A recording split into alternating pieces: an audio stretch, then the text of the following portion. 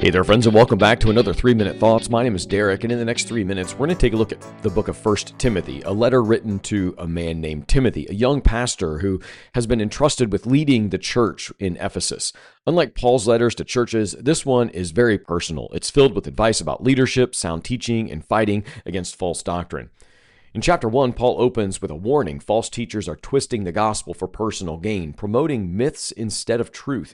For Timothy and the early church, this wasn't just an abstract problem. The church was under pressure from within and without, and the very message of salvation was at risk. Paul reminds Timothy, and us today, that the gospel is about mercy and grace, not rules or empty chatter. Paul's own story as a former persecutor turned apostle shows that no one is beyond God's transforming power. Chapter 2, we see Paul urging prayers for everyone, especially leaders, so the church can live peacefully, godly lives. He gives practical instruction about worship and roles, aiming to protect the church's witness in a culture hostile to its message. For you and me today, this calls us to pray diligently for leaders and to steward church order thoughtfully, knowing how much our witness matters. In chapter 3, Paul lists the qualifications for overseers and deacons, things like integrity, self-control, hospitality, and faithfulness. This wasn't about some sort of elitism, but about protecting the flock through trustworthy leadership. In the greater salvation story, church leaders carry a pretty heavy responsibility to model Christ, to guard the truth, and serve humbly. For us, these qualifications remain vital. These are not just something of the past. Leadership shapes the church's health and mission, and we should adhere to this style of leadership.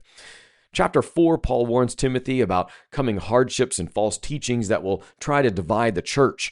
He encourages him to be an example in word, conduct, faith, love, and purity. For those early church people who have heard this first, these words were a lifeline in turbulent times. In chapter 5, Paul gives practical instructions on caring for widows and respecting elders. This shows us the gospel lived out in community, church family supporting its vulnerable. It also reminds us that faith is expressed not only in belief, but in concrete acts of love and responsibility. And as the book closes, Paul concludes with strong warnings against false teachers who love money and promote quarrels. He reminds Timothy to pursue godliness with contentment, trusting God's provision. For those original hearers, this was a call to live counterculturally in a materialistic world. For us, it challenges the temptation to define success by wealth or status. Paul will end by encouraging Timothy and us today to fight the good fight of faith, holding on to eternal life. This book is like a handbook for faithful leadership and life in a challenging world. It's something for you and I to listen to. That's it for today. Be well, friends.